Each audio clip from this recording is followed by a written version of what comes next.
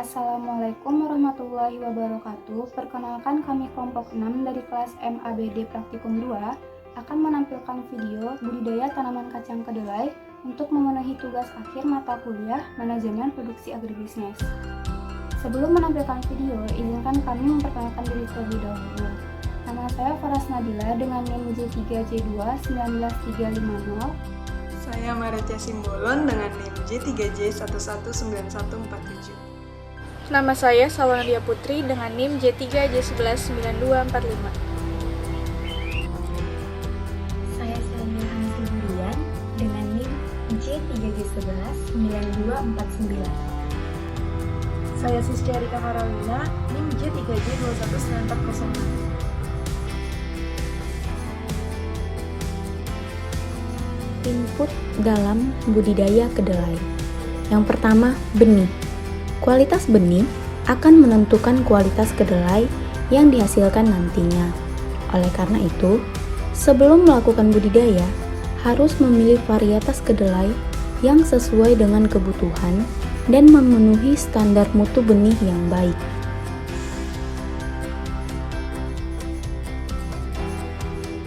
Perlakuan benih pada budidaya kedelai.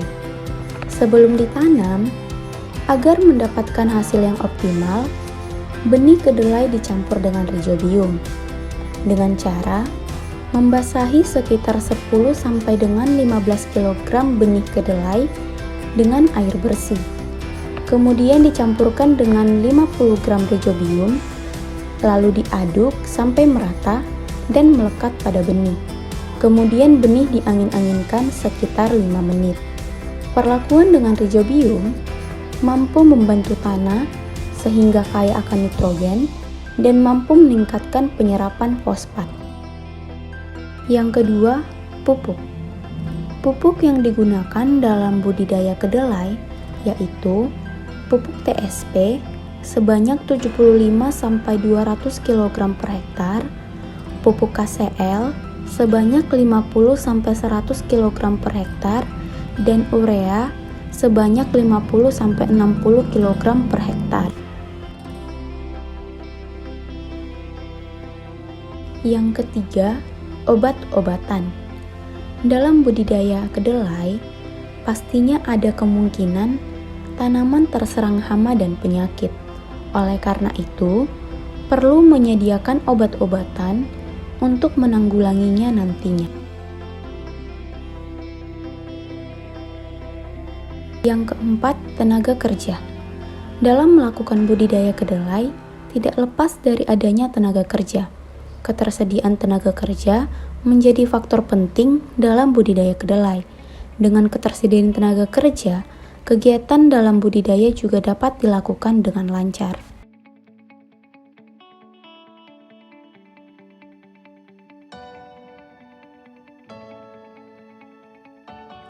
Pada proses persiapan lahan, lahan yang akan dipakai untuk memproduksi benih dapat berupa lahan bekas tanaman padi atau lahan tegalan. Jika lahan merupakan bekas pertanaman padi, maka tidak perlu kita olah. Sedangkan jika lahan tegalan, maka kita perlu bajak sebanyak 2 kali dan diratakan. Selain itu, untuk menjaga keadaan tanah dari kelebihan air, kita dapat membuat drainase yang berfungsi mengurangi kelebihan air sekaligus sebagai saluran irigasi. Setelah itu, tanah dibiarkan kering selama 3 minggu, dan setelah 3 minggu, tanah siap untuk ditanami kedelai. Pada proses penanaman, sebelum ditanam, sebaiknya dibuat bedengan-bedengan kedelai ditanam dengan cara ditugal 3 biji per lubang tanam. Kedalaman lubang tanam berkisar antara 3-4 cm, dengan kedalaman sekitar 30 cm.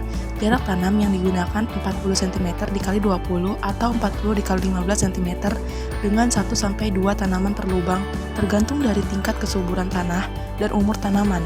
Semakin tinggi kesuburan tanah, sebaiknya jarak tanam lebih renggang, dan sebaliknya, jika semakin rendah kesuburan tanah, maka jarak tanam lebih rapat. Pada proses pemupukan, pemberian pupuk diberikan secara larikan atau ditabur di antara barisan tanaman. Setelah ditaburi pupuk, segera diairi untuk menghindari terjadinya kekeringan tanaman akibat reaksi pupuk. Bisa juga pemberian pupuk dilakukan setelah tanaman diairi. Hal ini dimaksudkan untuk menghindari terjadinya kekeringan tanaman akibat penggunaan pupuk.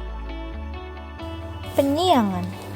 Penyiangan dilakukan tergantung dari ada atau tidaknya dan banyaknya gulma, yakni tanaman pengganggu. Bila diperlukan dapat dilakukan 2 kali, yaitu pada 2 dan 4 minggu setelah tanam. Selanjutnya adalah pengendalian hama dan penyakit pada tanaman kacang kedelai. Ada beberapa cara yang dapat digunakan untuk mengendalikan hama dan penyakit pada kacang kedelai. Yang pertama ada cara alami, kemudian ada cara manual ataupun bantuan menggunakan pestisida. Jenis-jenis hama dan penyakit yang sering menyerang kacang kedelai yaitu ada ulat jengkal, ulat gerayak, tungau merah, ulat punggung daun, kepik hijau, lalat kacang, lalat bulut, dan kumbang tanah kuning. Salah satu pengendalian hama dan penyakit pada kacang kedelai adalah pengendalian hama terpadu. Pengendalian hama terpadu adalah usaha untuk menekan angka penyakit yang berada di ladang ataupun di lahan tanam. Tanaman kedelai juga sering diserang oleh penyakit daun dan juga polong seperti daun yang cepat membusuk dan juga polong yang berlubang. Selain itu, penyakit yang sering dialami kedelai adalah penyakit kerdil dan penyakit daun seperti daun cepat menguning ataupun busuk dan juga bolong-bolong. Terlihat di video keadaan dari tanaman kedelai yang sudah terkena atau terserang oleh ulat, di mana daunnya tidak sempurna atau sudah dikonsumsi oleh ulat tersebut. Pengendalian hama menggunakan pestisida adalah merupakan cara terakhir jika cara sebelumnya tidak bisa menekan angka hama. Penggunaan pestisida harus sesuai dengan aturan, jangan sampai pestisida yang digunakan membunuh musuh alami hama. Penggunaan pestisida harus sesuai dengan dosis yang dianjurkan. Cara menggunakan pestisida yang sering dilakukan adalah dengan cara menyemprotkan pestisida ke tanaman secara langsung. Selanjutnya adalah proses panen. Ciri-ciri panen kacang kedelai yang baik yaitu yang pertama, umur panen sekitar 74-95 hari sejak tanam, tergantung varietas dan kenampakan fisik tanaman. Yang kedua, tanaman siap panen jika minimal 85% polong sudah berwarna kuning kecoklatan, batang agak kering, daun banyak yang rontok, dan kulit polong sudah terkelupas. Selain itu, pemanenan kedelai juga ditentukan oleh kualitas dari tanaman serta ketinggian daerah panen. Pemanenan tanaman kedelai biasanya dilakukan dengan cara memotong batang tanaman sekitar 5 cm dari permukaan tanah. Setelah proses panen selesai, kedelai yang sudah dipanen akan dikumpulkan ke satu tempat dan diangkut ke tempat pengumpulan sementara.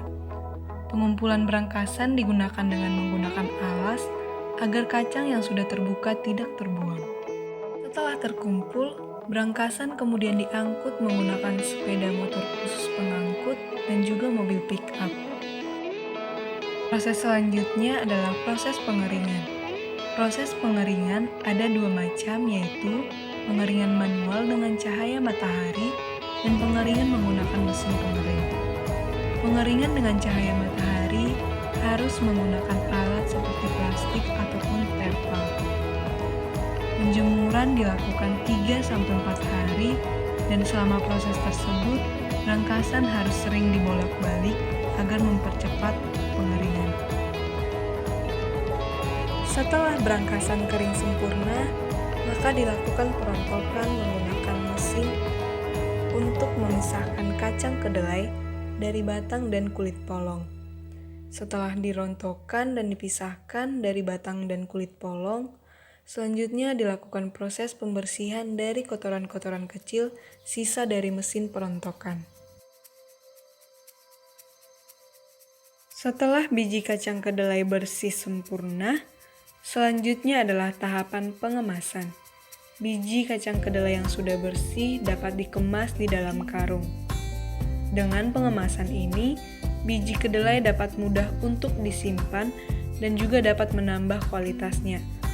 Pengemasan ini juga bertujuan untuk menjamin kualitas kacang kedelai tetap terjaga.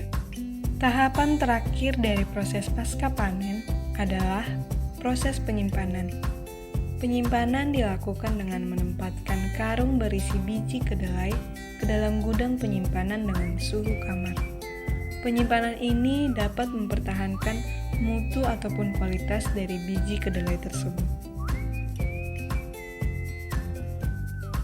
3. Output. Kebutuhan kedelai terus meningkat dengan berkembangnya industri pangan. Oleh karena itu, output dari budidaya tanaman kedelai adalah kacang kedelai yang dapat diolah menjadi berbagai macam produk. Sebelum diolah, kacang kedelai dibersihkan terlebih dahulu. Contoh olahan kacang kedelai yang pertama adalah tahu.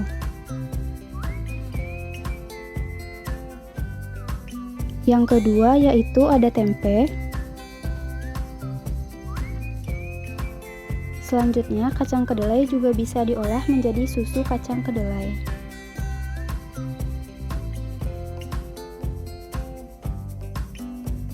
Dan kedelai juga bisa diolah menjadi bubuk kacang kedelai.